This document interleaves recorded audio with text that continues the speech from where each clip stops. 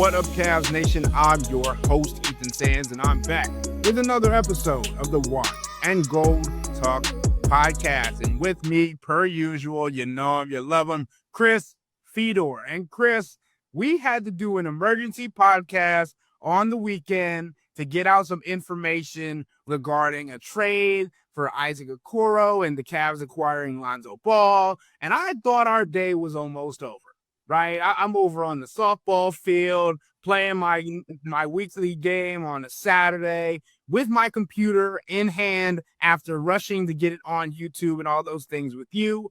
And as my game is wrapping up, of course, the Cavs go in ahead and extend Sam Merrill 4 years, $38 million. And what do you think this re-signing means for the Cleveland Cavaliers? To me, it's basically the Cavs saying, this is a perfect fit for Kenny Atkinson. We love how Sam Merrill operates in his offense, and we need that spacing and that switch out kind of role with Max Strus, and he's the perfect guy to fill in so many of these roles. I think there are a couple things here, Ethan. I think it is true that they do like Sam a lot.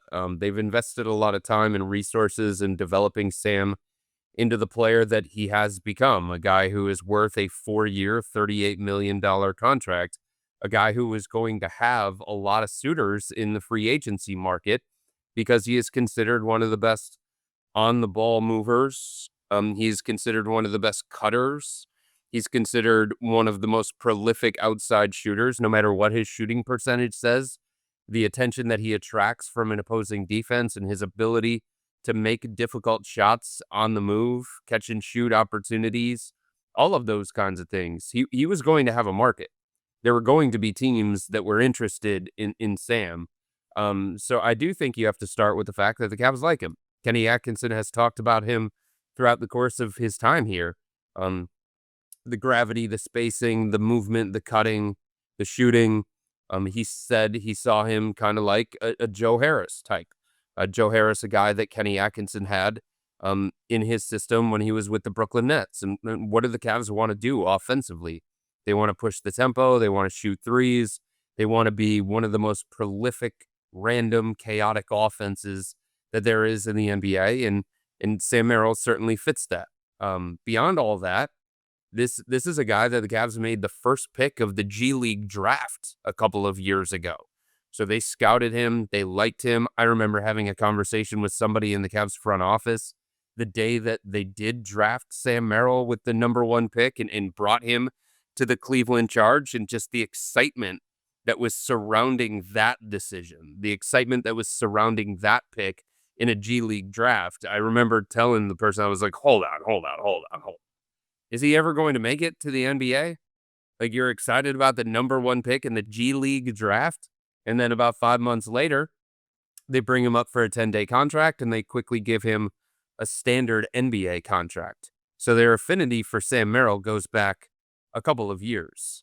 I think the other layer to this whole thing, Ethan, is that the options that the Cavs were looking at to potentially replace Sam in free agency just weren't as appealing to them. They certainly weren't as appealing to them as the free agent point guard market. On top of that, getting somebody like Lonzo Ball, who can be a secondary playmaker, who can organize the offense, who can do some playmaking, great vision, cerebral passer. It gives you another ball handling option. That trade for Isaac Okoro, bringing Lonzo here, it diminishes the opportunities, or it cuts into the opportunities of a guy like Ty Jerome. So if they had an internal option, and they did, in Lonzo Ball, to kind of like take some of those playmaking responsibilities from Ty, when you have an internal option like that, you don't feel like you need as much from the external options. In saying that, like, the point guard market in free agency is more appealing than the shooting guard market in free agency. So if Sam would have left, if somebody would have given him the kind of contract and the Cavs would have lost him, they would have been, I think, scrambling more to try and replace him and the things that he does for this team. and they just aren't out there. Nickeil Alexander-Walker is going to get paid. Malik Beasley got arrested. Bruce Brown is not that type of player. Seth Curry is 35 years old, injury prone, can't guard anybody. So they're just like Landry Shamet is probably the closest player to replicating the stuff that Sam Merrill does for the Cavs if the Cavs would have lost Sam. So I think that factored into it. And then you can't overlook the beaming light that's right in front of you that is blinking at you, which is Sam Merrill was cheaper than Ty Jerome. He was always going to be cheaper than Ty Jerome. Everybody that I talked to in preparation for free agency, they were talking about Sam Merrill probably $6 to $8 million annually, maybe $7 to $9 million annually. And with Ty Jerome, it's $12 to $14 million annually. So you might not think that's a big deal, but everything with the Cavs, given where they are with their salary cap situation, is 6x. So take the number and multiply it by 6. Okay? So if you're talking about the financial difference between Ty Jerome and Sam Merrill's contract's going to start right around $9-ish million. Let's just use that because that's a round number. Ty Jerome's contract's probably going to start right around $14 million. Okay? 14 minus 9 is 5. 5 times 6 is 30. That's a $30 million difference in terms of luxury tax that Dan Gilbert would have to pay. So that's a big part of it as well. We've talked all summer about they could, right? They could pay both of them. They could bring back both of them if Dan Gilbert wasn't going to get pocket shot. If Dan Gilbert was willing to pay to bring back Ty Jerome, knowing if Dan Gilbert believed in what Ty Jerome was going to bring to the table for this team. And there's this. If the Cavs felt it was in the best interest of the franchise, both in the short and the long term, right? Like the more that you spend, the more limitations that you're going to have when it comes to roster building.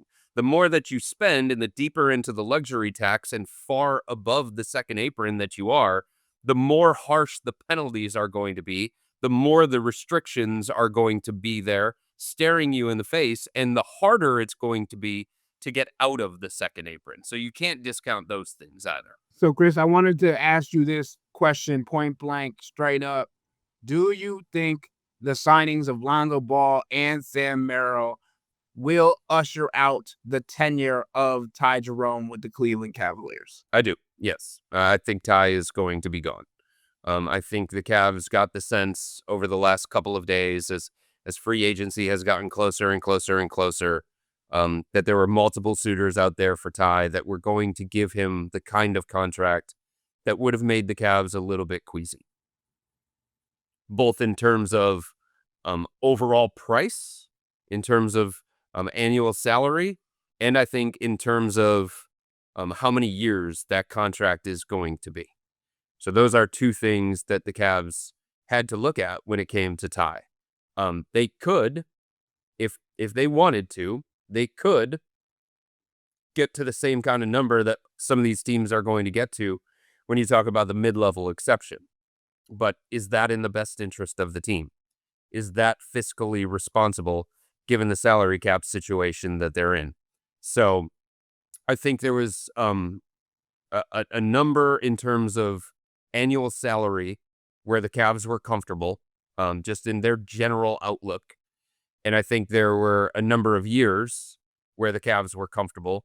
And my guess is that, when free agency opens up Monday at 6 p.m., Ty Jerome is going to reach a contract figure with somebody out there that is going to be one that the Cavs wouldn't have been as comfortable with. Probably more lucrative in terms of annual salary and probably a little bit longer in terms of just how much that's going to stay on your books, for how many years that's going to stay on your books, than what the Cavs were comfortable with. And now I also think there's this too, Ethan. For them, it's about winning a championship. And it's about finding guys that they believe in when you get into a playoff run. It's about finding guys that you can trust when you get into a playoff run. And I think the series that Ty had against Indiana, a very, very good team in the Eastern Conference, the kind of team, the caliber of team anyway, if not that specific team, but that caliber of opponent that the Cavs are going to have to get through to win an NBA championship. I think the series that he had against Indiana, I think it raised some doubt with team decision makers about the kind of playoff performer that Ty could be. And Sam Merrill didn't raise those same doubts. Sam Merrill isn't somebody that Kenny Atkinson felt like he had to go away from in the first half of Game 5. And we can sit here and we can debate whether Kenny was right to do that, whether he should have trusted Ty a little bit more, whether Ty earned a longer leash.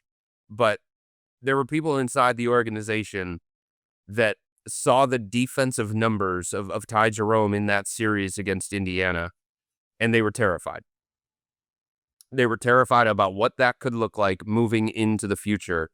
And I think there was some hesitancy to make that kind of financial commitment to somebody where they're legitimately wondering, how much can we trust him in a playoff series or in a playoff run? And for all the things that you can say about what Ty did better than Sam Merrill throughout the course of the season, look, Sam Merrill wasn't third in Sixth Man of the Year voting. I think there's more confidence in Sam being able to hold up during a playoff run, that he's not going to be the same kind of defensive liability that Ty Jerome was in that series against Indiana. I mean, I had somebody in the NBA that looks at these numbers and they get better numbers than what we can get access to. And they said he was historically bad on the defensive end of the floor in that series against Indiana. And I think that was a little bit troublesome to the Cavs. I think that was a little bit worrisome to the Cavs. And I don't think they have those same doubts about Sam Merrill as a potential playoff performer. And I think that factored into the decision-making process for this team. And those are the kinds of things that have to come to mind because this is about winning a championship. Again, this isn't about winning a first-round series against the worst playoff opponent that has ever gotten into the playoffs, the Miami Heat. This is about winning a championship and the kinds of players that you believe you're going to need throughout the course of an extended playoff run to win 16 games in spring when it matters the most. And I just think there was some worry in this organization about what Ty could bring in that kind of environment. And if that was going to be worth Dan Gilbert paying $80 million in terms of luxury tax. I think this kind of comes full circle, Chris, when we talk about the Sam Merrill conversation, because at the beginning of the season, we were talking to Kenny Atkinson about Sam Merrill and him coming back from a wrist injury and his shooting numbers being down and all these things. And Kenny says, "Oh, I'm not worried about the shooting. He can play defense. Yep. He's the guy that can defend." And we were all like, what the hell are you talking about? 100%. And that goes into what you were talking about with the advanced statistics that we don't even have access to, that Right. more analytically driven players and coaches and all these different scouts have. And you realize that there's not only confidence within Kenny Atkinson, but there's reason for that, right? Not only analytically, but we saw the development of what Kenny Atkinson was talking about defensively for Sam Merrill throughout this entire 2024-2025 season. And it was kind of a similar situation to Darius Garland, right? We're not going to hide Sam Merrill. We're not going to allow you to think that you can just drive past them. No, body up, do what you can, slow him down, and keep your feet in front, right? All of these things that Kenny Atkinson was trying to tell us earlier into the season have now become into fruition. And that kind of gets into the story that I'm writing for tomorrow for the website. The Cavs are building this team that fit perfectly into exactly who Kenny Atkinson wants them to be. Lonzo Ball, Tyrese Proctor, right? And you got guys that are going to run the floor, play defense, play hard, have high IQs, and are going to do everything they can to be moving at all times. The Cavs had one of the best offenses in the league history last year. And it was because of the offensive tactical mind of Kenny Atkinson and what he was able to do with the motion offense and all those things. So I think it's important to note that it's not just Sam Merrill can shoot and come off screens and all these things, but as Chris was getting into, Sam Merrill is a better defender than Ty Jerome, even if it doesn't seem like it when you're watching back the film.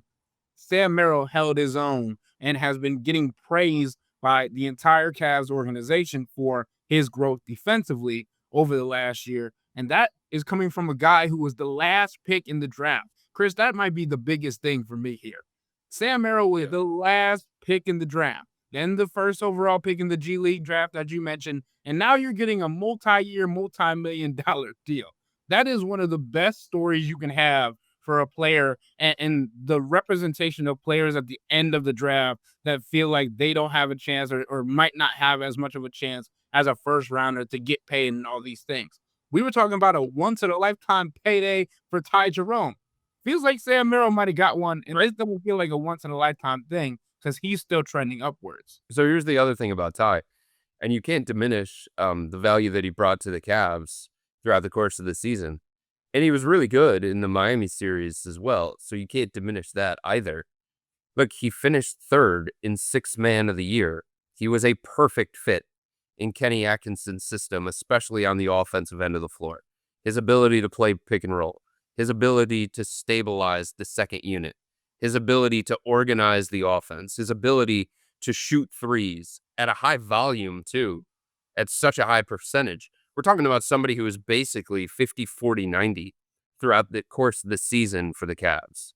You can't ignore those kinds of things. But the question that the Cavs are asking themselves is, how much is that kind of guy worth, especially if he's only going to play 19 minutes a night? Especially if you have a primary ball handler in Darius Garland and a primary ball handler in Donovan Mitchell. And the need for somebody like Ty Jerome and somebody with his skill set, it's not as high as it was when the season ended for the Cavs, because they did draft Tyrese Proctor. And you can say what you want to about the 49th pick and the second round pick. Cavs like him. Cavs believe in him. The Cavs saw him as sort of a first round talent. So he's not going to be Ty right from the very beginning. But having another option that can do that, Craig Porter Jr., another option that can do some of the Ty Jerome type things. And then, like I said, the trade involving Isaac Okoro, getting Lonzo Ball here, the need for Ty Jerome changes when these guys come to the organization. And beyond all of that, like I said, $14 million, this is how the front office has to look at it. $14 million annually for Ty Jerome, or $3 million for Spencer Dinwiddie? $14 million for Ty Jerome, or $3 million for Tyus Jones? $14 million for Ty Jerome, or $3 million for Corey Joseph? And none of those guys that I brought up are as good as Ty, or they're going to be as impactful as Ty was. But can you get enough of the good things that Ty brought to you at a fraction of the cost? And if they look at it and they say yes, and again, some of those guys are going to have other opportunities to go elsewhere, but you can keep going down the list. Monte Morris is another name. Maybe you want to look at DeLon Wright. Can you get enough of the stuff that Ty brought to you for $11 million less? That's just in salary cap. And then $60 million less in terms of the luxury tax check that you would have to cut. That's a pretty significant thing that you really would have to justify to Dan Gilbert. And he would be asking those same kinds of questions. Well, wait a minute. Can we find somebody that can do the Ty Jerome stuff for much cheaper than that? And I think when you look at the names in free agency, depending on who's going to get paid, who's not going to get paid, but not all of these guys are going to get paid. Some of these guys are going to have to settle for the veterans minimum, and that's what the Cavs can offer. So let's let this play out a little bit, but I think that's everything. That's the landscape that was out there in front of the Cavs, and they kind of determined, okay, putting all of that together in one big bucket, if we have a pessimistic view about bringing back both Sam Merrill and Ty Jerome, We have to start making that list, the pros and the cons. We have to start looking at the other options for us in free agency. We have to start looking at the other internal options that we have already in this organization. We have to look at some of the trade possibilities that exist to us out there as well. And I think all of that combined led them to this idea that they thought Sam needed to be the priority. And it continues to work in favor of Kenny Atkinson's offense, Kenny Atkinson's system, and what this Cavs organization is building. And sure, we can talk about how this is a NBA Finals or bust kind of season, or they have to make it past the Eastern Conference semifinals, wherever fans may stand in that discussion. This is in wide open East, as wide open as it's been with LeBron James helming this team. Right? This is the best opportunity the Cavs may have had in all of franchise history outside of when LeBron James is on this team to win an NBA championship.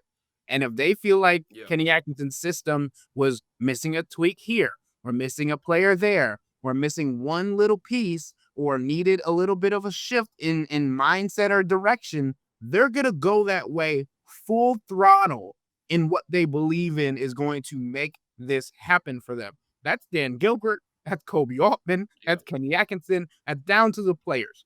And as we've talked about it, the locker room can be emotional, the locker room can be understanding, and Ty Jerome may walk away from his best friend and his childhood best friend. I think we also have to say this, too. The Cavs are going to miss Ty. They're going to feel that loss. If everything transpires the way that it looks like it's about to transpire, the Cavs are going to miss Ty. They're going to feel that loss. But it's a loss that I think, given everything else, they're okay enough with. If they make this decision to go away from him and Ty Jerome goes off and has another breakout season, as we think he might, because all he ever asked for, all he ever wants is another opportunity, I think Cavs fans are going to look back on this decision that the Cavs are going to make and wonder what would have been, what could have been. And it feels like the city of Cleveland loves to live in that gray area. What could have, should have, would have, right? And I think that's why we have to be realistic on this podcast. And that's why we got to be realistic when we have these conversations is Chris is right. The Cavs are going to miss him. But in the moment, in the summer of change, where everything is changing around them in the Eastern Conference, the NBA CBA is affecting all these teams. They're trying to figure out where they're going to be at, and not just this season, but a few years down the road. What felt best for the Cavs in this moment, in this summer? That's where they were at. And I don't think you can look back in your crystal ball and be like, oh, they should have done this instead. That doesn't really help anybody, right? Right. Unless somehow, some way, I don't think this is going to happen, but if Ty Jerome ends up on the Golden State Warriors, and it's like, oh, well, didn't work out the first time. Let's see if it works out this time, right? And obviously, they're one of the teams that could be floating around the idea of trying to get Ty. The Memphis Grizzlies are out there, too. I just think it's a situation where the Cavs fandom has to understand where this organization is coming from in this decision, especially when they're not the ones footing the bill. And Dan Gilbert has footed the bill quite a lot and has done a lot to try and get the Cavs in the situation they're in. So if he wants to take a little bit of a break from breaking out his pocketbook, I'm not going to be the one to fault it. Well, the other thing is it's not entirely the Cavs' decision when it comes to free agency. Ty's the one who's looking out there, and his people are looking at the marketplace, and they're saying, what other options are available to us? What other opportunities are there? Is there going to be a bigger role for Ty somewhere else? Along with the money that he would be getting, that is a lot of money for somebody like Ty. It would be the biggest contract that he has made in his career to this point. Is probably going to be the biggest contract that he ever signs. This is his opportunity. There's only one time in Ty's career probably where he's coming off being a finalist for Sixth Man of the Year. And it just so happens that it coincides with him being an unrestricted free agent. You take advantage of that. He's earned the right to look at other opportunities. He's earned the right to see if there's somebody out there that's willing to give him the kind of contract and is more comfortable giving him that kind of contract with the length of that contract more so than the Cavs are right now. All right, Chris, we do have more news, but I'm going to leave our listeners on a little bit of a cliffhanger today.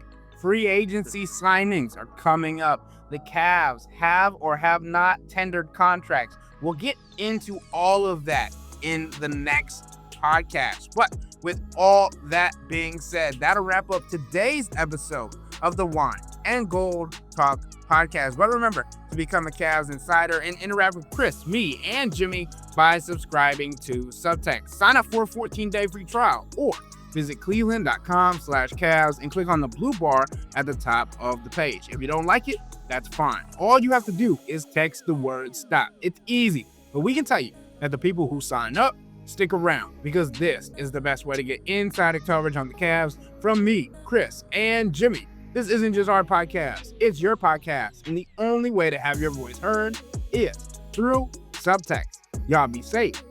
We out.